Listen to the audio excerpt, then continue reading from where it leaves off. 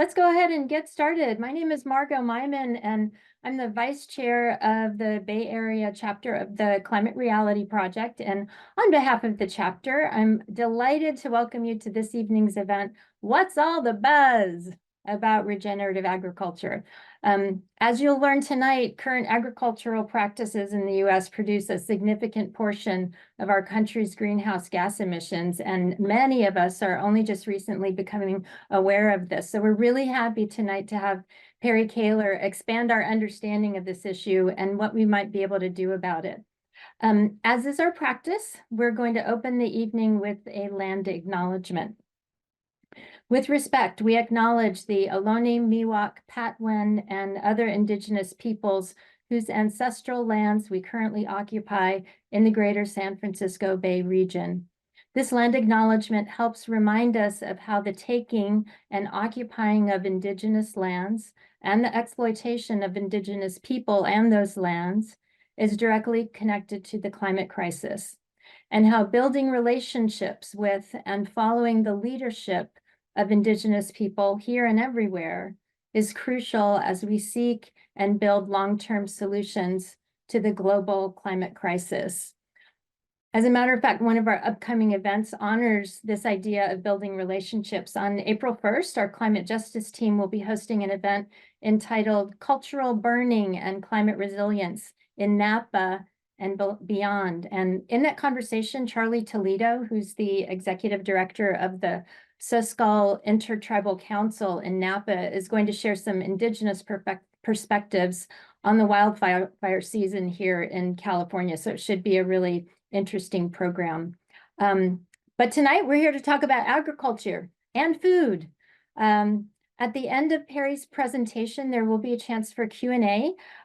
So please hold your questions, but during her talk, if something comes up as she's speaking, feel free to put it in the chat and hopefully she'll be able to address it at the end.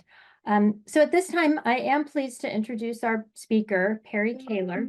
She is a climate reality leader who heads up our Bay Area chapter's new regenerative agriculture program.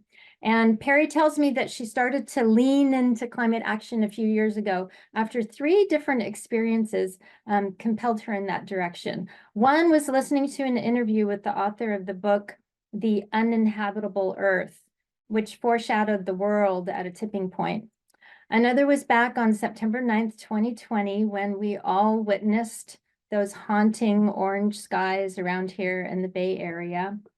And the third experience for Peri was watching the inspiring film Kiss the Ground.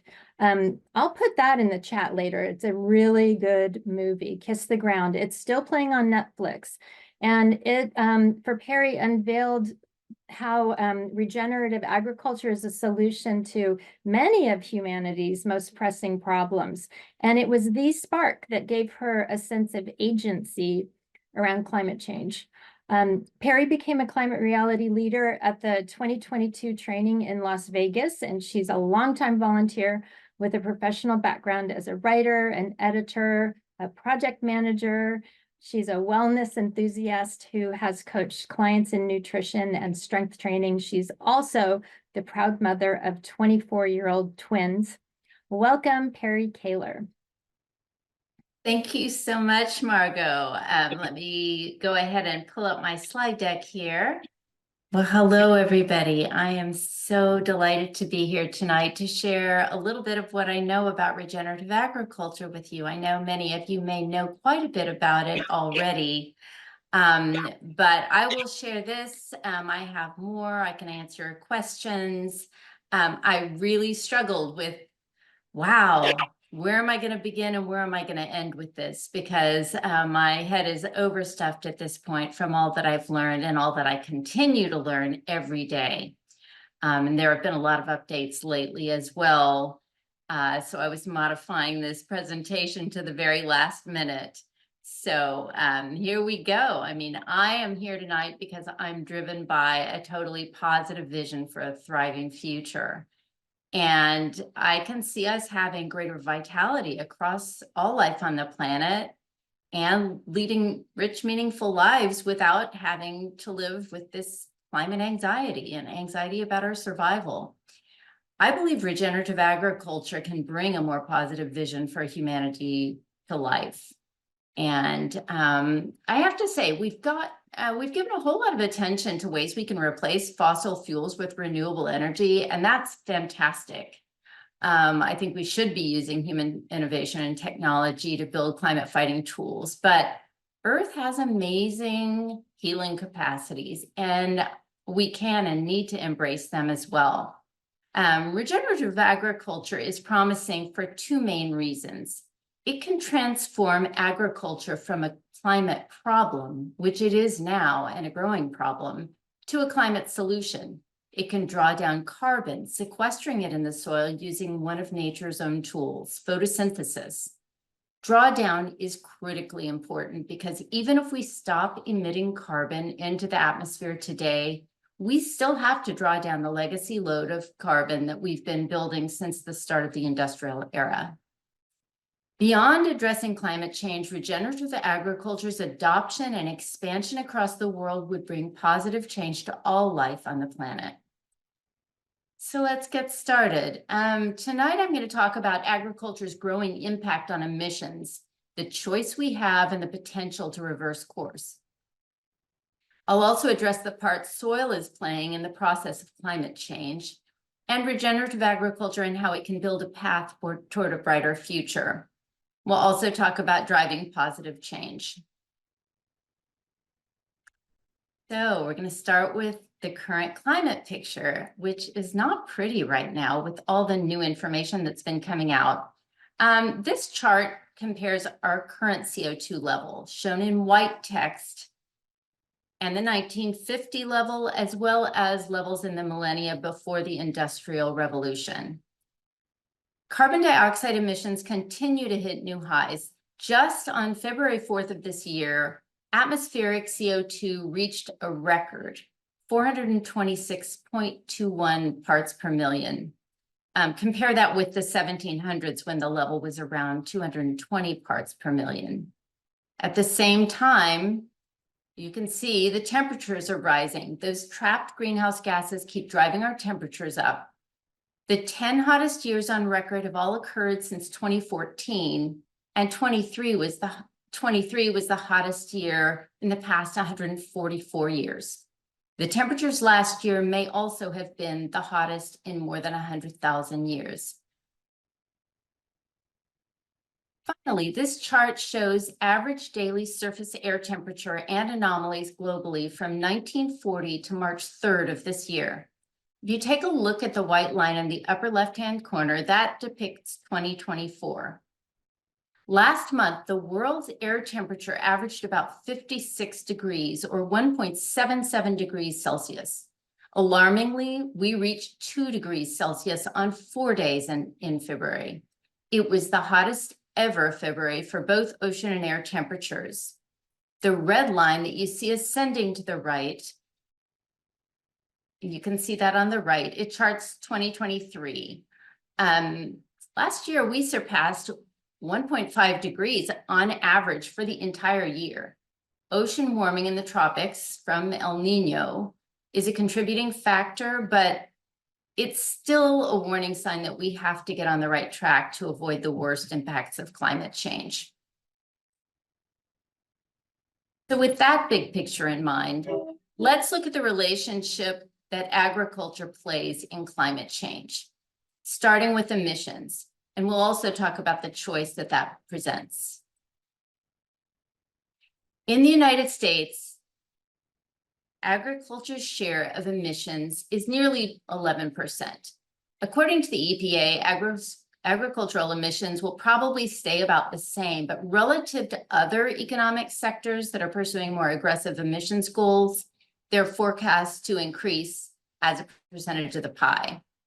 Ag's emissions take the form of nitrous oxide from fertilizers primarily, secondarily methane from cattle burps and feedlots, as well as CO2 from farming practices that expose the soil to the elements. This is a three-part animation, and it shows how emissions might change based on the decisions we make and our actions moving forward. As I mentioned, farm emissions now in the United States are about 11% of the total. And you see that in one view. If current trends continue as they are now, farming is likely going to represent about 32% of emissions by 2050. If we take action now to cut farm emissions, we will see probably about 21% by 2050, which is better. I mean, it's obviously we'd like to stay at 11, but as a percentage of the total as emissions rise. Globally, the food and farm system represents about 30% of total emissions.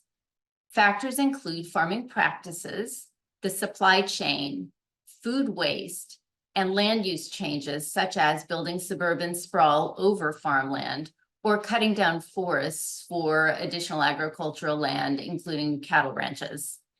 Population growth, increasing meat demand, and poor farming practices that lead to soil failure are all driving these factors. And these drivers and the resulting emissions, sort of explain why our decisions about agriculture matter right now. So we know that soil is part of farming, of course, but how does soil relate to global warming? Here's a short answer. Globally, soil harbors some 2,500 gigatons of carbon, or 80% of carbon in land-based ecosystems. It can either release more carbon and heat the planet, or it can draw down carbon and keep things cool. Now, it does both things over time in a normal carbon cycle, but what we need to achieve is a net carbon gain in the soil, not a net loss into the atmosphere. Whether we gain that, whether we have that gain depends on how healthy our soil is, and that's where farming practices meet climate change. So, looking at soil health, if you see on the left, there's a pile of dirt. It's dead, dry, it's dusty, and it can get caught in the wind, emitting CO2. Generally, when you see it outside, it's hard and compact, and it can't absorb any rain. Instead, rains run off it, carrying sediment and pollution into waterways and causing floods. In the summer, bare dirt heats up, creating heat islands, and more heat is generated whenever soil turns to dirt, as it's doing around the world. Healthy soil on the right is dark. It's filled with carbon. It's spongy and porous, so it absorbs and holds rainwater, making erosion less likely. It also is filled with organic matter, such as plant roots, fungi, worms, insects, and microscopic creatures that give it structure and provides nutrients to plants. It stays healthy when it's covered with green growing plants. Those plants shade and cool the ground and air, just like a leafy tree canopy over a sidewalk. And getting back to climate change, healthy soil holds more carbon underground than it releases. It builds the net carbon gain that we're looking for. So healthy soil is a good thing for climate change, but how do we get there? By improving our farming practices. Unfortunately, today, most farming is destroying our soil. This photo is actually in California in the Central Valley, which produces a quarter of the nation's food. Much of the soil there has become dirt, and the aquifer underneath it is being depleted rapidly through excessive pumping. How does this happen? A primary cause is farmers tilling or plowing the land. When farmers till, they're turning over the soil, exposing it to the air and elements. And as a result, the microbial life dries because the soil dries up, the loose structure is lost, and then carbon dioxide is released. It also lets the ground heat up in the sun. And that sun then, with that heat, we see more and more carbon dioxide going up. Other factors are growing a single crop or monocrop, which reduces the variety of organisms in the soil, and using synthetic fertilizers and other chemicals that kill the soil's underground life. These are the practices that are widely used in industrial farming. As a result, Much of our nation's soil has turned to dirt, and it can't support crops without farm inputs such as fertilizers. We're also facing water crises and drought because the soil can't even absorb the rain. Well, it's not just happening in California, it's happening around the world. Poor farming techniques are ruining soil and releasing greenhouse gases. The world's cultivated soils have lost 50 to 70% of their original carbon stores because the soil has been exposed. 75% of the world's soils are degraded, and we've lost a third of our planet's arable lands over the past 40 years. Again, the cause is the largely industrial farming system that has destroyed the soil faster than we can replenish it. But I'm not done with this. Now we have fertilizers. As I mentioned, a key component of soil failure is the use of synthetic fertilizers and pesticides. Nitrogen-based fertilizers have been mass-produced since around World War II to increase crop yields. Like tilling, fertilizer depletes and weakens the soil. So over time, more and more fertilizers are needed to prop up crops. That need for more explains why U.S. fertilizer use between 1940 and 2015 increased by 33 times. And importantly, nitrogen fertilizers contribute about 5% to total greenhouse gases. Equally concerning, synthetic herbicides, fungicides, and pesticides. The herbicide glyphosate is the most widely used agricultural chemical. It's been linked with cases of non-Hodgkin's lymphoma, and its manufacturer, Monsanto, committed to removing glyphosate from their Roundup sold to consumers by the end of 2023, largely due to lawsuits. But significantly for this discussion, glyphosate is still being used in commercial farming, and its use has risen over time. Since the mid-1990s, its use has risen 3,000% in US farming. Glyphosate poses a human risk, both through the food we eat and in the application on public lands like schoolyards and parks. Both fertilizers and pesticides are unhealthy for ecosystems and people, and fence-line communities, from farm worker families to people who live in heavily polluted neighborhoods, are the ones most heavily affected. All of these things are happening despite the fact that soil health is the cornerstone of producing good, healthy food. So what are we going to do about it? Well, here's what happened in the 1930s. Settlers in the Plain States plowed up the prairie. They planted monocrops repeatedly, and they let cattle overgraze the land. The soil baked in the summer heat. There were long droughts, and high winds and heavy rains carried topsoil away. President Franklin Delano Roosevelt said of the disaster, "A nation that destroys its soil destroys itself." And in response, he signed the first Farm Bill into law in 1933, bringing in conservation practices that restored soil and ecosystem health. Just as FDR did then, we can do the same thing now. We can heal our food and farming system. And instead of his words, we can say, "A nation that heals the soil heals itself." By helping farmers adopt the practices of regenerative agriculture now, we can move away from farming methods that damage soil, the environment, and our health, and we can build a better future for our food and farming system and all life on the planet. So let's talk about what regenerative agriculture is and why it's so valuable to our purpose now. According to farmer and author Charles Massey, regenerative agriculture is an ecological approach to farming that enables landscapes to renew themselves. It is a way of farming that works with nature, not against it.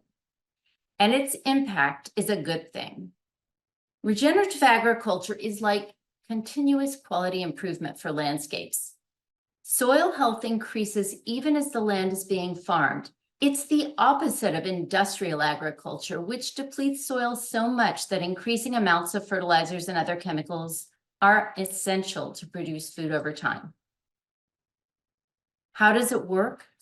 By harnessing the energy of the sun in photosynthesis.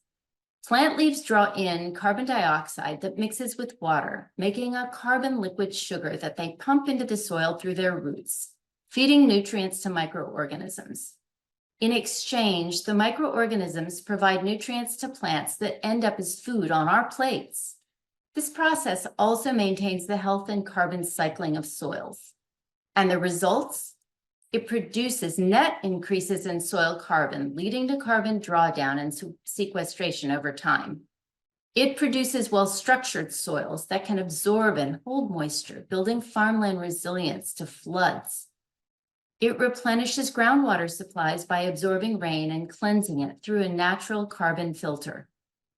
It supports soil biodiversity, so our food is more nutrient-rich and exposes us to more gut-healthy bacteria.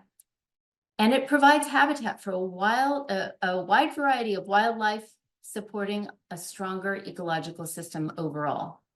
Eventually, regenerative farmers may be able to earn extra income streams through payments for increases in crops' nutritional value, carbon sequestration, or water quality improvements. But more research is going to be needed to demonstrate the financial worth of regenerative agriculture. So let's talk about how farmers improve the soil. They use several key practices, and an overarching principle is context. Agriculture done regeneratively is highly variable. It's not one size fits all. It's not endlessly replicable. Its essence lies in tying decision-making to factors in the natural context, the terrain, weather patterns, the climate in that area, and crops. It's based on activities that are ideally suited to a particular environment, such as natural grasslands where grazing livestock might be most appropriate. Whatever the context, farmers use practices that mimic nature and help restore soil. Least disturbance. They avoid disturbing the soil when they plant crop seeds by placing the seeds in tiny holes, and they limit or don't use pesticides or fertilizers. They keep living roots in the ground all year, planting cover crops in the off-season to naturally restore soil nutrients and prevent erosion. They also incorporate perennials such as fruit trees or other crops that don't have to be replanted every year. They build soil armor, applying a thin layer of compost or decaying plant matter to the ground to lock in soil moisture, and again to prevent erosion. This decaying material then feeds more nutrients into the soil. And a key tenet of regenerative farming is animal integration, whether livestock or wild animals. Animals produce waste that helps nourish the soil, and their movement on the land helps work nutrients into the soil. And finally, farmers vary and rotate crops, which increases biodiversity above and below ground. This practice and the use of perennials, trees, and shrubs provide habitat for wild creatures, and the variety gives livestock a more varied and nutritious diet, which in turn feeds us better food. So any of you who are familiar with regenerative agriculture already, or who have seen Kiss the Ground, know about farmer Gabe Brown, but he is someone who has done regenerative agriculture well.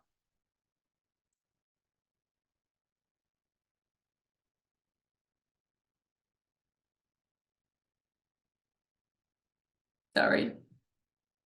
He has ALS. So I wanted to honor him now while he's alive. Oh. Sorry. He has 5,000 acres in North Dakota that he used to farm industrially. In the early 1990s, he, like many other farmers do now, suffered hail and drought for several years. 4 years, he lost his entire crop and income. He couldn't get a bank loan. He couldn't get a job.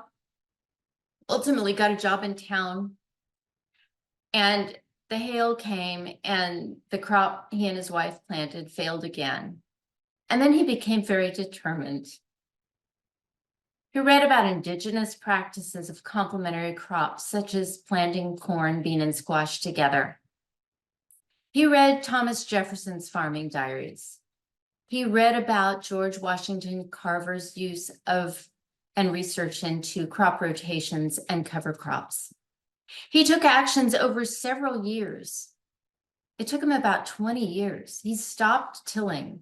Then he planted diverse cover crops and perennials. Then he introduced complex crop rotations.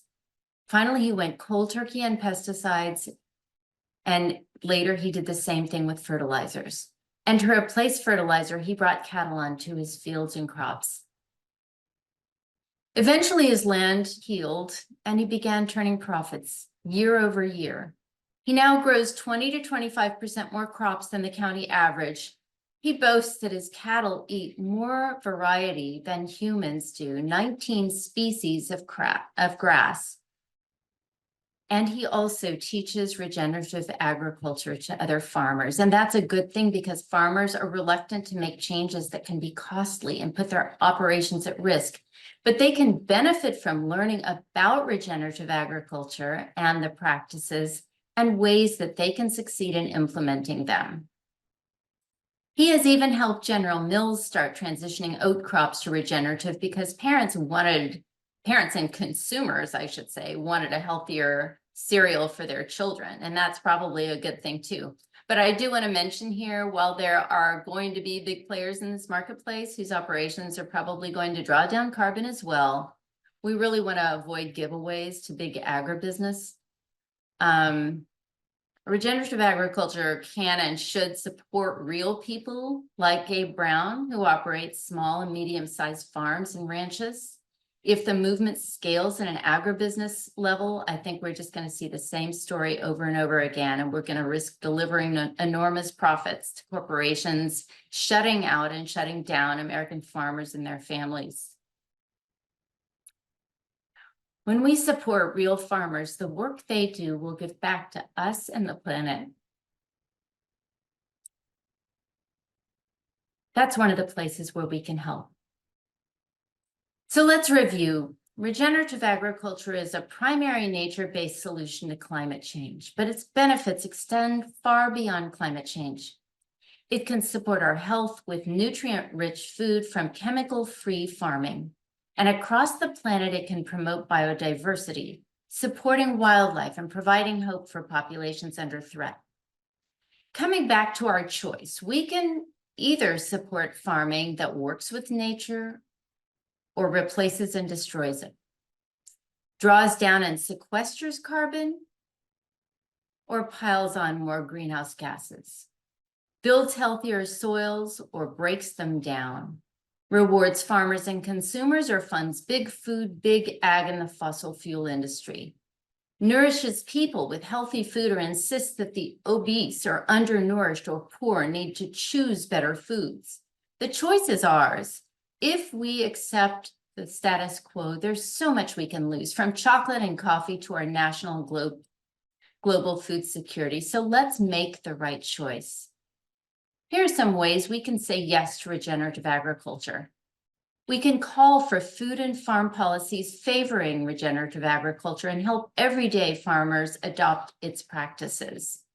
We can sign up for action alerts from food and farming organizations or join the Climate Reality Bay Area Regenerative Agriculture team. That's me and a bunch of people who are here tonight, I bet. We can learn, we can share with others, and we can repeat that process because there's a lot to learn. So go online, take a class, talk with farmers, go out and ask farmers their open-ended questions about their practices. What are they challenged with and how they'd like to see farming change? Share regenerative agriculture's benefits with your friends and family members and drag them with you to a farm tour in the farmer's market and just keep on learning.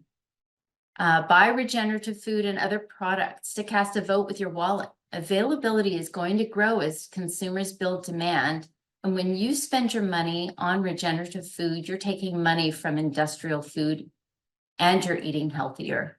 And finally, donate to organizations that support regenerative agriculture. Now, I'd like to elaborate briefly on changing food and farm policy because we're in the middle of it right now at the federal level. Advocacy is one of the most potent tools we have to achieve large-scale change. Reauthorization of the U.S. Farm Bill, when it finally occurs, is going to be a historic opportunity for climate advocacy. This piece of omnibus legislation covers the food assistance program, which is critically important, as well as multiple programs for farming. It's reauthorized every 5 to 7 years, and decisions are going to shape the way we farm for the decade that follows. So it's going to determine if farming is a climate problem or a climate solution. And Peter Leonard, excuse me, of Earth Justice says it may be the most important climate legislation of the next few years. It was supposed to have been reauthorized by last September 30th, but it's now on a 1-year extension.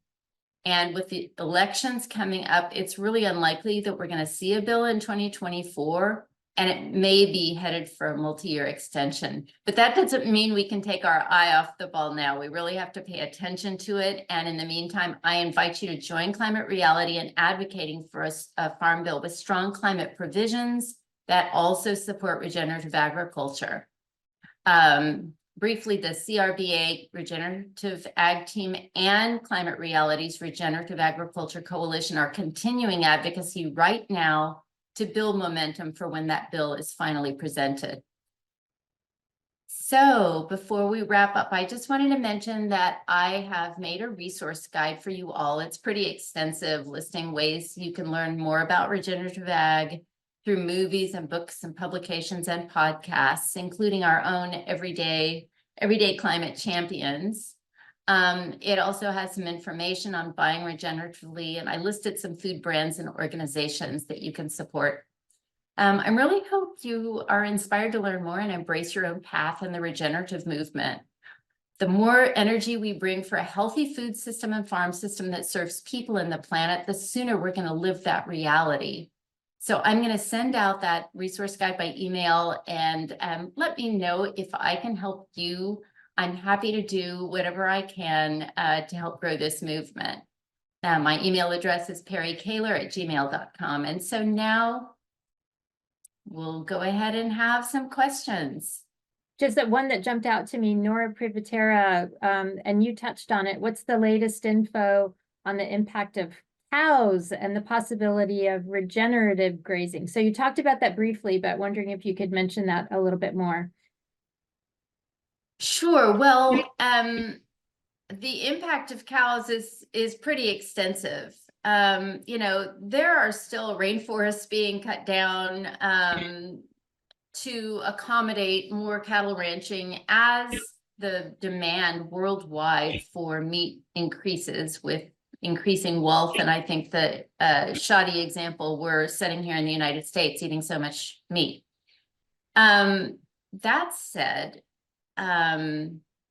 regenerative grazing is a positive, and it stimulates root growth, making pastures super resilient, and it also plays a part in drawing down carbon. So I think we need to reduce our meat consumption overall. That is a given. If we consume moderately, if we eat meat at all, then I think it can be a plus for climate. And Nora, if you want to elaborate on the specifics of your question, because you know, there are other factors. You know, regenerative ranching, actually, you know, the animals stay on the land longer, and I mean, they take longer to fatten up before slaughter. So they do generate, I think, greater greenhouse gases per animal. So any additional follow-up questions on that, Nora? Well, I've just been reading about how rotating cows through land so that they don't deplete all the nutrients, and so that their manure fertilizes the land, can be a positive. But I'm just wondering what the whether the positives of that outweighs the negatives. Exactly, and you're correct. They enrich the soil. with their nutrient NP, as do all kinds of animals treading the land, whether it be in crops or on pastures. They are rotated on the land so that they don't graze the grass down too low to where the soil is exposed to release more greenhouse gases. They stimulate the grass right at the top so that just the top is taken off, and then they move the cattle again. Well, that stimulates root growth. And it stimulates regrowth of the tops of the grasses. So it keeps very healthy, resilient pasture land. Next, any other questions? Yes, there was a question earlier on, and I'm going to make it a little broader about the challenges so what are the challenges of a farmer adopting regenerative agriculture practices, especially given a dry climate and, fire danger, lack of water? So that's the question. And then it looks like Tracy just put an interesting related question about droughts, but perhaps answer that question first, and then we'll follow it up with this one. Yeah, well, first of all, one of our policy requests for the Farm Bill relates to the information and support that farmers need in adopting the practices of regenerative agriculture. There isn't a farmer alive who doesn't know the value of soil health to their operation. They know that's the foundation of the food they produce, but they don't necessarily know how to get there, and sometimes they're reluctant. However, the USDA has programs in place that are conservation based, to which farmers can apply for funding to implement practices, as well as for education on how to do it, education and hands-on technical assistance. And the programs have been oversubscribed by 40 to 70% year over year. And there is some funding available now that's going to farmers to help them. And these are administered all over the nation. And so right now, with IRA funding, in fact, farmers are getting served so that they can deal with so that they can do regenerative agriculture. But of course, as I mentioned, regenerative agriculture is also context-based. And so, adapting to drought is something that we have had to do here for a long time. I don't know the specific practices. I mean, I know there are things like dry farming, tomatoes.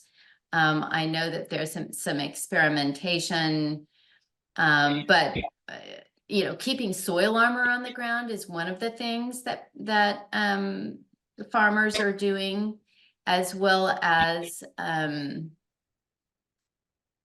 planting in between and keeping roots in the ground, having those cover crops available, because that helps to retain the moisture and also makes the land more wildfire resilient.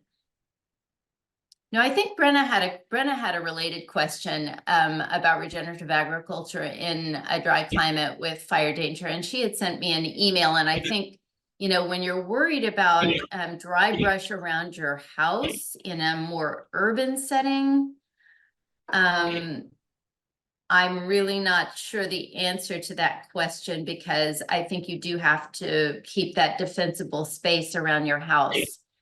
And I don't know that there is anything you can do to say armor your soil right up to the side of your home. So you might be best off asking your fire district.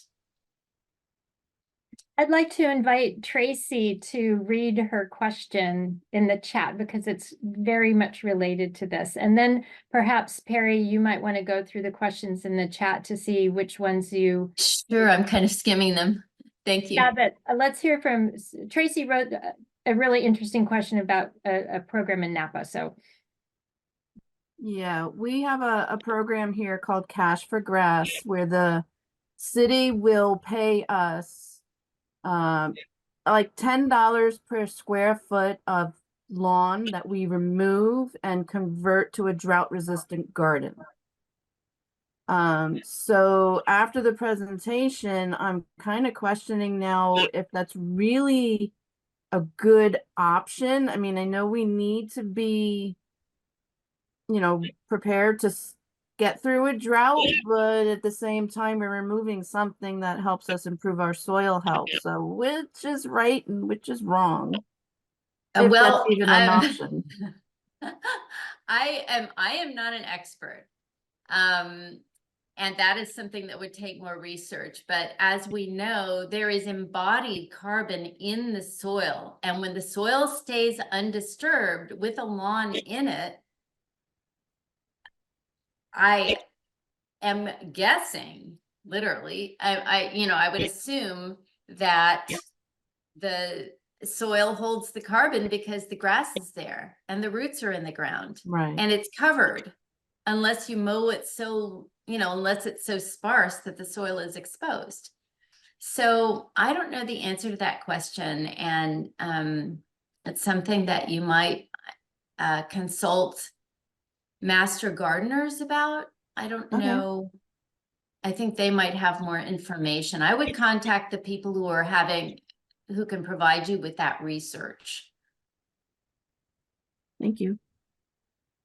Yeah, it sounds like the question of replacing it with something, replacing the grass with something drought resistant that is also potentially has the potential to be a carbon sequester. There was an interesting story recently about community gardens, urban farming, and home gardens compared to just regular farming operations. And it showed that community gardens often have a greater greenhouse.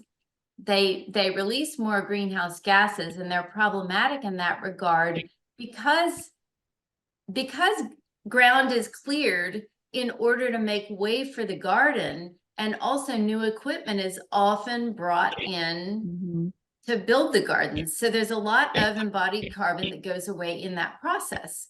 So that refers back to your question, Tracy, a little bit. But it's a really interesting question. I'm glad to say my garden is a container garden, so whoop, whoop. No grass was injured. There's a question from Shay about food justice. Do you have a specific question, Shay?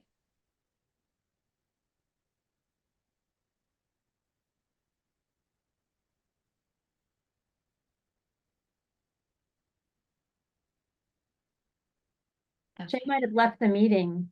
Yeah, I think so. Okay. Defensible, yeah. Robin, I think your question, comment about the conflict between defensible space requirements and the benefits of mulch and soil protection. Again, I would defer to somebody. Well, I see the master gardeners have a recommendation. I really couldn't answer that question. I think the answer that came from the master gardeners is probably the most appropriate direction to go, and you could do more research, but I'm not knowledgeable about that.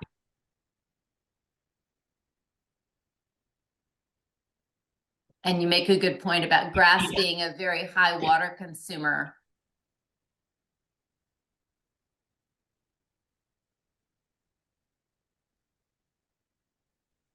Wow, Fred, great question. Is the percentage of farming acreage in the United States and by region devoted to regenerative farming tracked year by year? I don't know the answer to that. I think we'll save the chat and see if I can get back to you on that one. It looks like Brenna has a question. Yeah, I was wondering what the take on regenerative agriculture is on firescaping, and you already answered my question, but just for a little more detail, I our fire department says clear everything around your house. And if they drive by your house and there's a fire and you have any plants within so many feet, they skip your house. And our house has a tree that hangs over the roof that was clearly here before the house. And so we're not going to cut it down.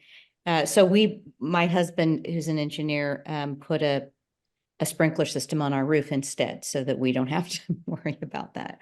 But the reason that I think it's an interesting topic is because I had heard that the Oakland Zoo had a similar issue where they were using their leaf drop as mulch.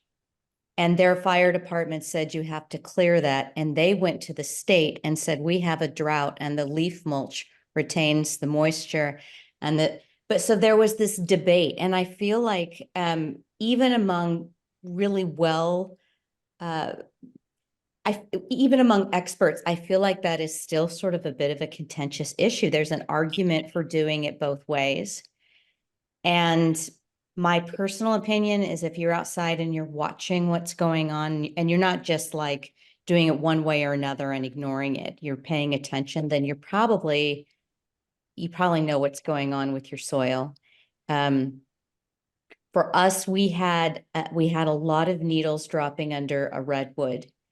And during the drought, it was amazing because that soil, we weren't watering it, and that soil stayed moist the whole summer. You know, those needles really held in the moisture. So we were watching it. We knew that it could be an issue, but every time I would go in and kind of mess around with it, it was still moist. So, you know, so I guess I just think that's kind of something that I'd like to see regenerative agriculture look into, because I feel like it's looking at it not just from the perspective of fire, but even more importantly, long term. You know what I mean? Like, yes, we're going to have these issues, but what if we chop all the trees down because they could be a fire danger, then who's absorbing the carbon? So like this overall long-term look at how to do things. Right. Well, there's so much debate in the in the fire community, fire management community about what and how this is all going to happen. But I agree. We have years of fire curbing practices to change back to, I don't know if we can do it back to the way it was, but that's not something in which I have expertise, but I appreciate your perspective on that. And I wish I could offer you a better answer. Does anybody have any questions about purchasing or, you know, any of, you know, visiting, finding resources, participating in policy, anything like that?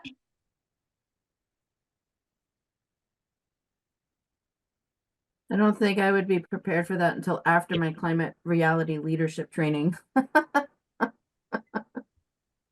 Are you? Well, I'll just qualified. put it this way. Once your consciousness has been raised, it can never be lowered. I read that on top of a cereal box about 20 years ago when I was still buying Cheerios with glyphosate on them for my children. I didn't know at the time what I was doing, but my consciousness has been raised, and this is a process. It's a long learning curve, and you know, you gravitate where you gravitate to. So, you know, I don't know how I got to talking about soil. It seemed like the strangest thing when I watched Kiss the Ground and began learning. And I encourage you all to just get curious and just learn and make it part of your climate journey, because it's really important. And the more agency we bring, the better we feel about it and the more impact we can make. So thank you all for listening to me. And I'm sorry I wasn't better able to answer your specific questions. Can we do one more question and then we'll sign off? And Sure. The question from Barbara is, how do we know that the food we have purchased has how has it been farmed? How can we tell that something has been produced via regenerative agriculture?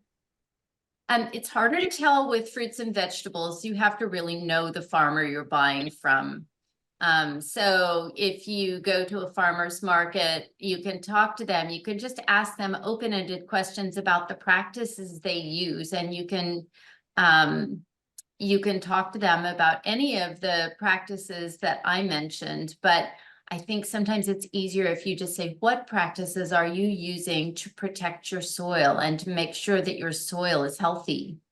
Do you use, I mean, if you're concerned about fertilizer and pesticide use, do you use them? I'm always hesitant to impose my own views on somebody who's working so hard to make a living. But that you do need to ask in a way where you'll get some answers so you'll know. And in terms of goods like meats and poultry, there are labels now, and they'll be in that resource guide. There aren't very many, and they haven't been standardized. In fact, there's no single definition of what regenerative is or what that requires for certification. So that is something that's evolving, because this term, as it is used today, is still evolving. So with meat and poultry and dairy, it should be 100% pasture raised. Actually, I should say with beef, it should be 100% grass-fed, grass-finished, if you want truly regenerative. Dairy, you can get grass milk. You can buy Alexander Farms milk that comes fully from pastured cattle. 100% pastured, grass-fed cattle. Okay. Well, thank you. Thank you, Peri. Thank you so much, everyone, for coming tonight. It is coming up on 7 o'clock, so it is time for us to close. But before you leave, I do want to remind you about 2 other events that are coming. There's the one on April 1st, the Cultural Burning and Climate Resilience.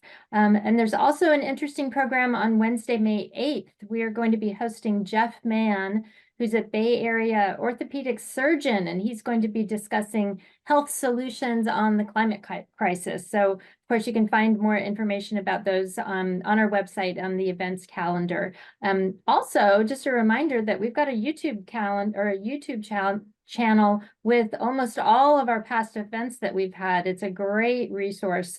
This event also will be posted on our YouTube channel in a couple of weeks. So many thanks to Peri for enlightening us on the complexities of food production and its effects on the climate. And thank you so much for coming. We really appreciate you being here. Yes, thank you, everybody.